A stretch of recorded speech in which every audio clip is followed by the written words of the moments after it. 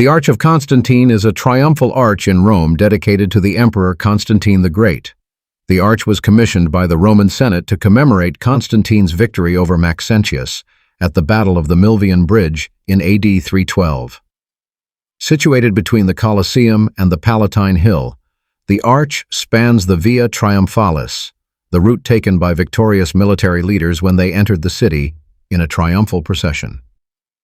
Dedicated in 315, it is the largest Roman triumphal arch, with overall dimensions of 69 feet high, 85 feet wide, and 24 feet deep. It has 3 bays, the central one being 38 feet high and 21 feet wide, and the laterals 24 feet by 11 feet each. The arch is constructed of brick-faced concrete covered in marble.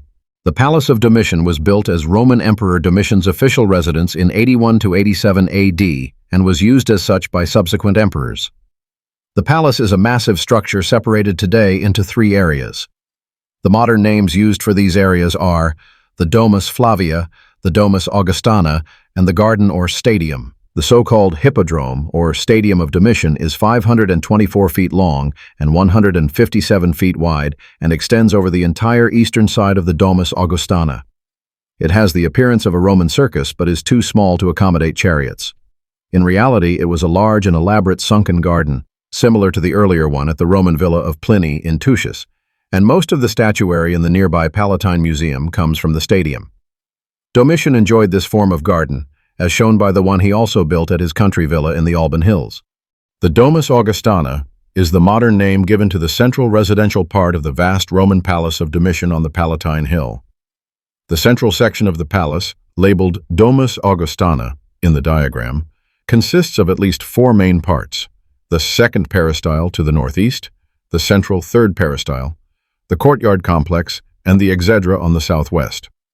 The Domus Augustana is built on 2 levels, the upper northern one consisting of the 2 peristyles to the north on the same level and closely linked to the Domus Flavia, the public wing of the palace, and therefore probably having public functions. The second peristyle garden is partly exposed, but little is known of its architecture. The third peristyle was filled almost completely with a huge pool as wide as that of the Domus Flavia. The elaborate rooms surrounding the peristyle alternated between open and closed spaces, suited to public use and perhaps several social groups. On its southwest side, the walls stand to a considerable height, after partial reconstruction in the 1930s, with several rooms around a semicircular hall. The third peristyle was filled almost completely with a huge pool as wide as that of the Domus Flavia, and included a seascape perhaps of Greek mythology on an island connected to the side via a bridge with several arches, and with sculptures in the water. Other sources suggest a temple was built on the island, namely a temple of Minerva.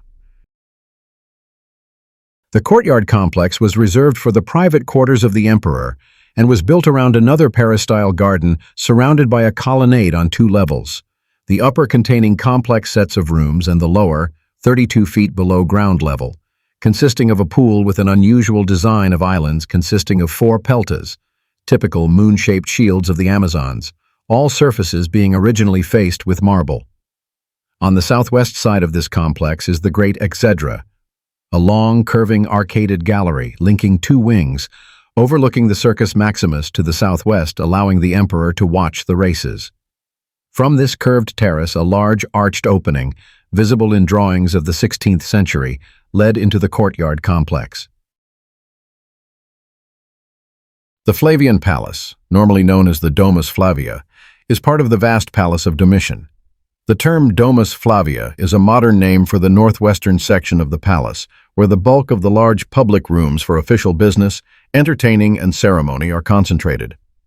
Domitian was the last of the Flavian dynasty, but the palace continued to be used by emperors with small modifications until the end of the empire. The Domus Flavia is built mainly around a large peristyle courtyard, which was surrounded by many elaborate rooms of impressive height, of which only a few 10-foot thick walls remain of 52 feet in height, half the original.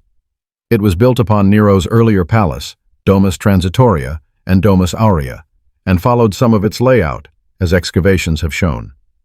On the northeastern side, the huge Aula Regia, Royal Hall, was the central and largest room, flanked by smaller reception rooms, the so-called Basilica and Lararium. The Aula Regia was an enormous rectangular hall used as an audience chamber to host important receptions and embassies. An apse is built into the short south wall, where the emperor would have been seated to hold his audiences. On either side of the apse are doorways opening right onto the peristyle. On the north side, the aula opened onto a monumental portico with Carystian marble columns, overlooking the palace forecourt, and from where the emperor received the salutatio, the traditional morning ceremony. Although the remains are mainly of low walls today, they would have stretched upwards of 98 feet from floor to ceiling, capped by a pitched roof whose 85-foot beams, probably from Lebanon, must have been concealed beneath a coffered ceiling.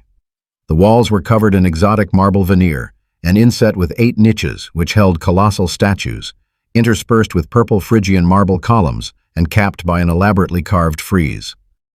The Palatine Hill, which relative to the 7 hills of Rome is the centermost, is one of the most ancient parts of the city.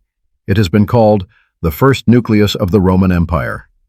The site is now mainly a large open-air museum, whilst the Palatine Museum houses many finds from the excavations here and from other ancient Italian sites.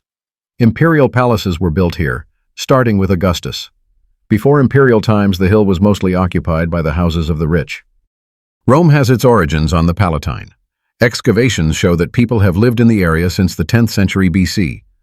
Excavations performed on the hill in 1907 and again in 1948 unearthed a collection of huts believed to have been used for funerary purposes between the 9th and 7th century BC, approximating the time period when the city of Rome was founded.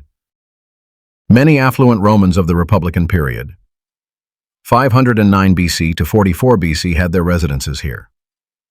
From the start of the empire in 27 BC, Augustus built his palace here, and the hill gradually became the exclusive domain of emperors. The ruins of the palaces of at least Augustus 27 BC to 14 AD, Tiberius 14 to 37 AD, and Domitian 81 to 96 AD can still be seen.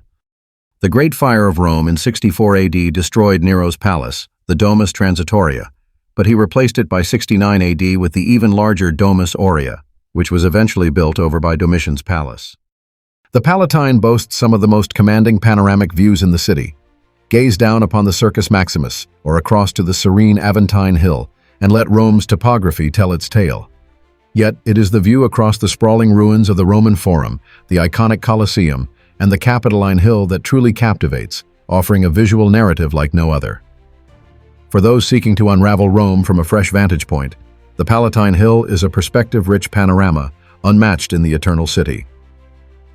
Rising above the Roman Forum and the Circus Maximus, its grandeur lies not just in the imperial ruins that punctuate its landscape, once the domain of emperors and gods, but also in its mythical heartbeat. To grasp the essence of ancient Rome, one must traverse the paths of the Palatine and decode its extraordinary narrative.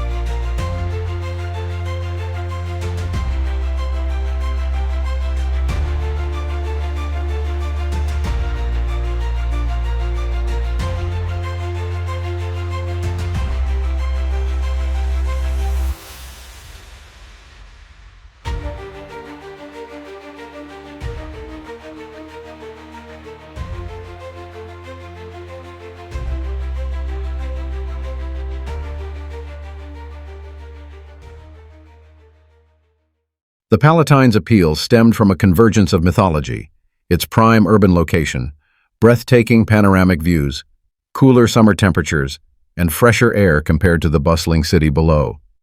Its inhabitants enjoyed the rare privilege of central living paired with a reprieve from the city's clamor and grime. During the Republican period, it was dotted with opulent villas owned by Rome's elite.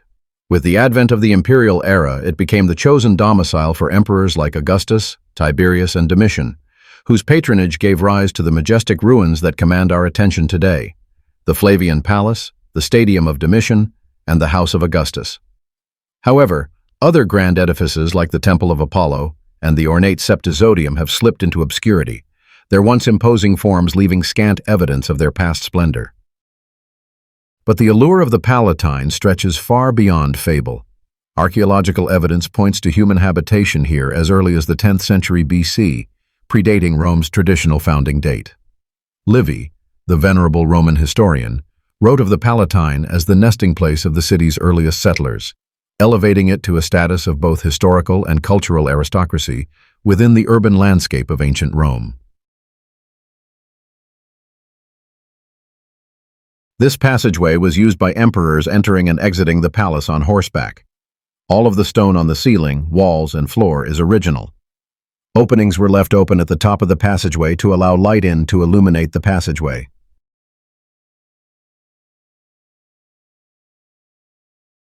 The Roman Forum is a rectangular plaza surrounded by the ruins of several important ancient government buildings at the center of the city of Rome.